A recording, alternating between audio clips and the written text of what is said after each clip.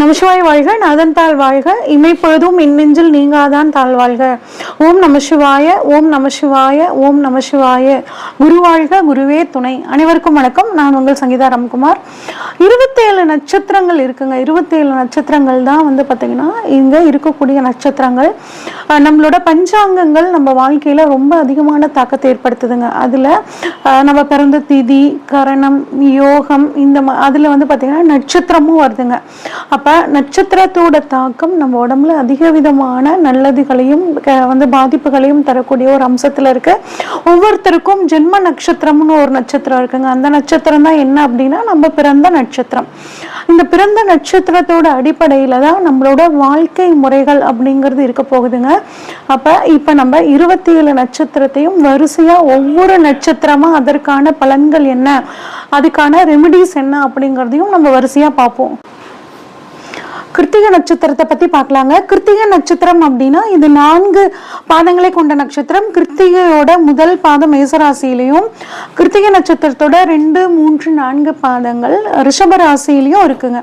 இது ஒரு உடைப்பட்ட நட்சத்திரம்னு சொல்லுவாங்க. உடைப்பட்ட நட்சத்திரம்ங்கிறது அந்த நட்சத்திரம் பாத்தீங்கன்னா 2 ராசியிலையுமே இருக்கும். அதனால இந்த கிருத்திகை நட்சத்திரக்காரங்களுக்கிட்ட ஒரு பொதுவான குணத்துல ஒரு சின்ன சின்ன சேஞ்சஸ் இருக்கும். ஏன் அப்படின்னா இந்த மேசராசியில வரக்கூடிய அந்த கிருத்திகை நட்சத்திரத்தோட முதல் பாதக்காரங்களுக்கு சூரியனோட குணமும் பிளஸ் செவ்வாயோட குணமும் இருக்கும். அடுத்து கிருத்திகை 2, 3, 4 பாதங்களை கொண்டவங்களுக்கு பாத்தீங்கன்னா சூரியனோட காம்பினேஷன் பிளஸ் சுக்கிரன், அதாவது ரிஷபராசிக்கு அதிபதியான சுக்கிரனோட காம்பினேஷனும் சேர்ந்து இவங்களுக்கு இருக்குங்க. இது இந்த மாதிரியான ஒரு அமைப்பு இந்த கிருத்திகை நட்சத்திரத்துக்கு இருக்குங்க. கிருத்திகை நட்சத்திரத்தை பொறுத்த வரைக்கும் இவங்க நல்லது எது கெட்டது எதுன்னு கலந்து ஆலோசிச்சு முடிவு பண்ணி எந்த ஒரு விஷயத்தையும் செய்வாங்கங்க. நல்ல நீதிமானா இருப்பாங்க. ஏன்னா நட்சத்திராதிபதி சூரியனுங்க. சூரியன் எப்படி தன்னோட வெப்பத்தை பாரபட்சம் இல்லாம எல்லாத்துக்கும் ஒரே மாதிரி கொடுக்குதோ அதே மாதிரி இவங்க ஒரு அற்புதமான ஒரு நீதிமானா இருப்பாங்கங்க. எப்பயும் ஒரு சிரிச்ச முகம் இருக்கும். பார்த்தாவே ஒரு ஸ்மைலிங் பியூட்டி அப்படின்னு சொல்லுவாங்க இல்லைங்க. அதுல கிருத்திகை நட்சத்திரக்காரங்க, குறிப்பா ரிஷபத்துல வரக்கூடிய கிருத்திகை நட்சத்திரக்காரங்களுக்கு கொஞ்சம் அதிகமான இந்த தன்மை இருக்குங்க.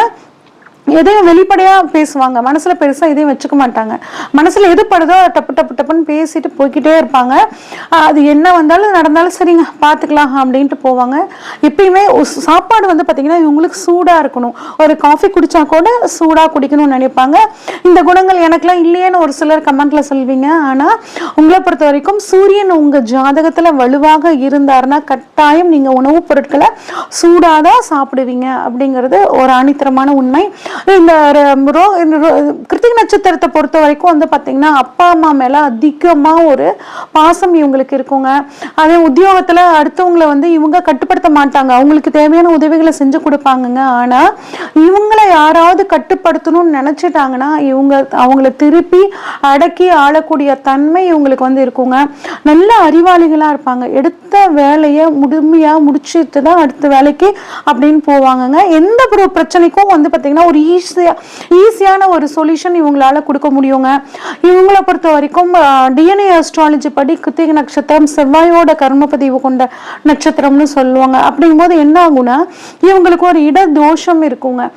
பூர்வீகத்தை விட்டு வெளியே வந்தவங்களா இருப்பாங்க. நான் பார்த்த வரைக்கும் கிருத்திகை நட்சத்திரக்காரங்க அவங்களோட சொந்த ஊரை விட்டு வெளியூர், வெளி மாநிலம், வெளிநாடு அப்படின்னு தான் வந்திருக்காங்க. பூர்வீக சொத்துல ஏதாவது ஒரு இஷ்யூஸ் இவங்களுக்கு தீர்க்க முடியாம இருந்துகிட்டே இருக்கும். ஒரு சிலரோட பூர்வீகமே அழிஞ்சிருவாங்க. இல்ல கொஞ்சமாவது பூர்வீக சொத்தை வித்திருப்பாங்க. ஒரு சிலருக்கு பாருங்க ரத்தம் சம்பந்தப்பட்ட பிரச்சனைகள் வரதுக்கான வாய்ப்புகள் இருக்குங்க. சகோதரர்கள்கிட்ட இவங்க அளவு கடந்த பாசம் காட்டுவாங்க. ஆனா அந்த பாசம் பாத்தீங்கன்னா திரும்ப இவங்களுக்கு கிடைக்குமானா அது கொஞ்சம் சந்தேகம் தாங்க. நிறைய பயணங்கள் போகணும்னு நினைப்பாங்க. அது அவங்களுக்கு ரொம்ப இன்ட்ரெஸ்டா இருக்கும். நல்ல தைரியசாலிகளா இருப்பாங்க. அடுத்தவங்க எவ்வளவு பெரிய பிரச்சனையோட வந்தாலும் அந்த பிரச்சனையை ஈஸியா ஒரு சொல்யூஷன் கொடுக்கக்கூடிய தன்மை இந்த கிருத்திகை நட்சத்திரக்காரங்களான உங்களுக்கு ரொம்பவே நல்லா இருக்கும். ஒரு சிலருக்கு பாருங்க இந்த கிருத்திகை நட்சத்திரக்காரங்களுக்கு திருமணம், காதல் திருமணம் அமையறதுக்கான வாய்ப்புகள் நிறையவே இருக்குங்க. இனிப்பு வந்து நிறைய பேருக்கு பிடிக்கும். எந்த ஒரு வார்த்தைகளை பேசினாலும் சொற்களை வந்து தெளிவாக அழுத்தம் திருத்தமாக பேசக்கூடிய தன்மை, அதாவது 4 வார்த்தை பேசினாலும் நச்சுன்னு பேசுவாங்கன்னு சொல்லுவாங்க இல்லைங்க, அது வந்து இந்த கிருத்திகை நட்சத்திரக்காரங்கள் தான். இவங்களுக்கு வந்து எலும்பு பலம் வந்து நல்லா ஸ்ட்ராங்கா இருக்கும். அதே மாதிரி ஹார்ட்டும் வந்து இவங்களோட ஜாதகத்துல சூரியன் வலுவாக இருக்கும்போது இவங்களுக்கு இருதய கோளாறுகள், நுரையீரல் சம்பந்தப்பட்ட கோளாறுகள்லாம் வந்து வர்றது வந்து வராதுங்க அவங்களுக்கு. ஏன்னா சூரியன் வந்து எலும்புக்கான காரகன், எலும்பு சம்பந்தப்பட்ட பிரச்சனைகளும் இவங்களுக்கு வந்து பெருசா வராது. இவங்களுக்கு வந்து ஒரு விவாதம் அப்படிங்கிறது ரொம்ப பிடிக்கும். அதுவும் அறிவான ஒரு விவாதம் அப்படிங்கிறது இவங்களுக்கு ரொம்பவே பிடிக்குங்க. இவங்கள நிறைய பேர் பாருங்க, வழக்கறிஞர்களா இருப்பாங்க, ஸ்கூல் டீச்சர்ஸா இருப்பாங்க, பேராசிரியர்களா இருப்பாங்க, மருத்துவம் படிச்சவங்களா இருக்கிறதுக்கு, சமூக சேவைகள்ல அதிக ஆர்வம் உள்ளவங்களா இருப்பாங்க.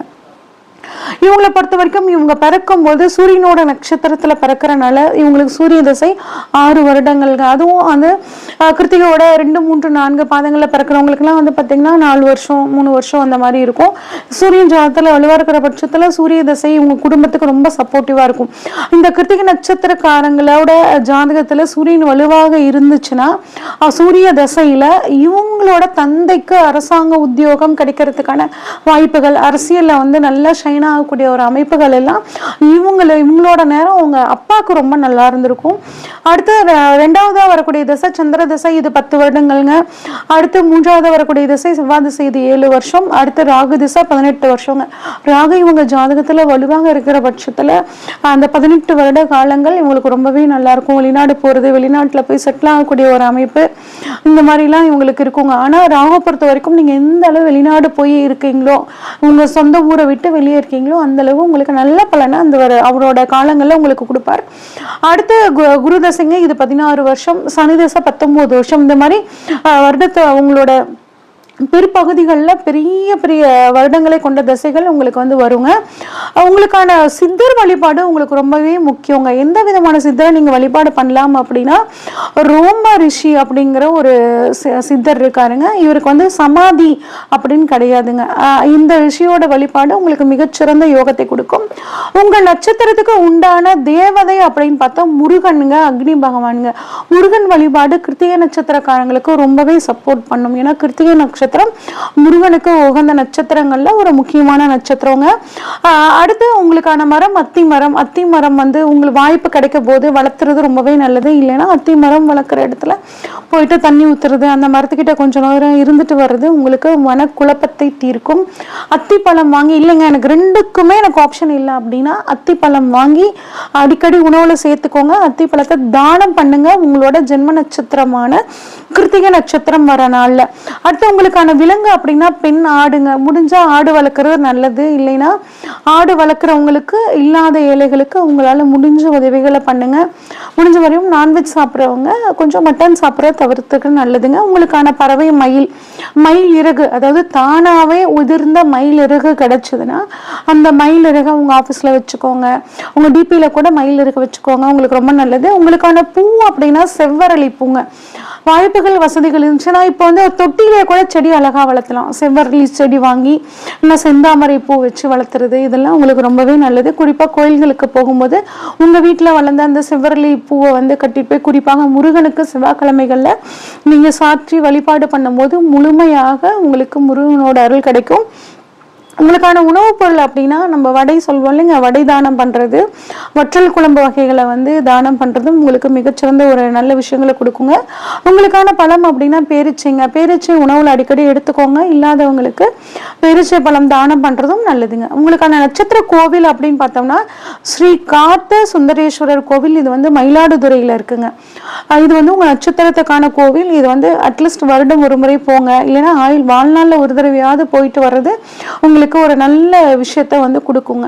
உங்களுக்கு அதிர்ஷ்டத்தை தரக்கூடிய கோவில்கள் அப்படின்னா திருச்செந்தூர் முருகன், காஞ்சிபுரத்தில் இருக்கக்கூடிய வரதராஜ பெருமாள், திருவான்மையூர்ல இருக்கக்கூடிய மருந்தீஸ்வரர் கோயிலுங்க. இது வந்து உங்களுக்கு அதிர்ஷ்டத்தை தரக்கூடிய கோவில்கள். அதே மாதிரி மலை மேல் இருக்கக்கூடிய முருகனுக்கு உங்களால முடிஞ்ச ஒரு வெட்டிவேர் மாலை, வெட்டிவேரலான மாலையை வந்து சாத்துறது ரொம்பவே நல்லதுங்க.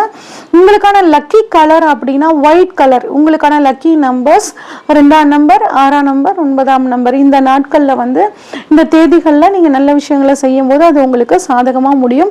நீங்கள் வந்து தவிர்க்க வேண்டிய நட்சத்திரங்கள் அப்படின்னா உங்கள் கிருத்திகை நட்சத்திரக்காரங்களுக்கான வேதை நட்சத்திரம், பூராட நட்சத்திரம். பூராட நட்சத்திரத்தை லைஃப் பார்ட்னர், பிஸ்னஸ் பார்ட்னர்ஸை தேர்ந்தெடுக்காமல் இருங்க. மிக முக்கியமான நிகழ்ச்சிகளை பூராடம் நட்சத்திரனால நடத்தாமல் இருக்கிறது ரொம்பவே நல்லதுங்க. உங்களை பொறுத்த வரைக்கும் லக்கி அடிக்கடி ஒயிட் கலரையும் ரெட் கலரையும் நீங்கள் யூஸ் பண்ணிக்கிறது ரொம்பவே நல்லது.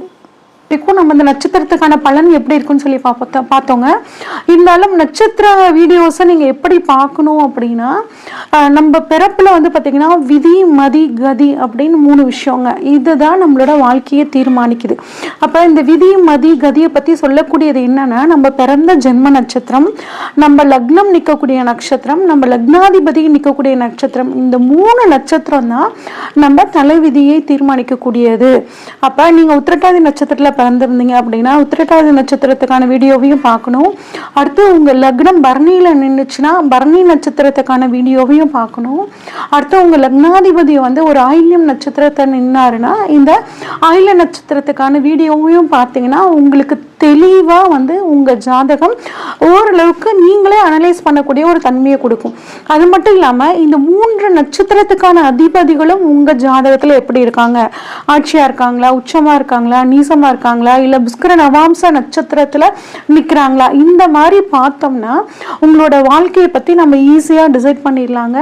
உங்களுக்கு ஏதாவது முக்கியமான விஷயங்களுக்கு ஏதாவது ப்ரொடக்ஷன் தேவைப்பட்டுச்சுன்னா ஸ்க்ரீனில் தெரிகிற வாட்ஸ்அப் நம்பருக்கு உங்கள் ஜாதகத்தை அனுப்பிச்சு வைங்க. தெளிவாக பார்த்து அனலைஸ் பண்ணி உங்களுக்கான ஒரு ப்ரெடிக்ஷன்ஸை சொல்கிறேங்க. நன்றி, வணக்கம்.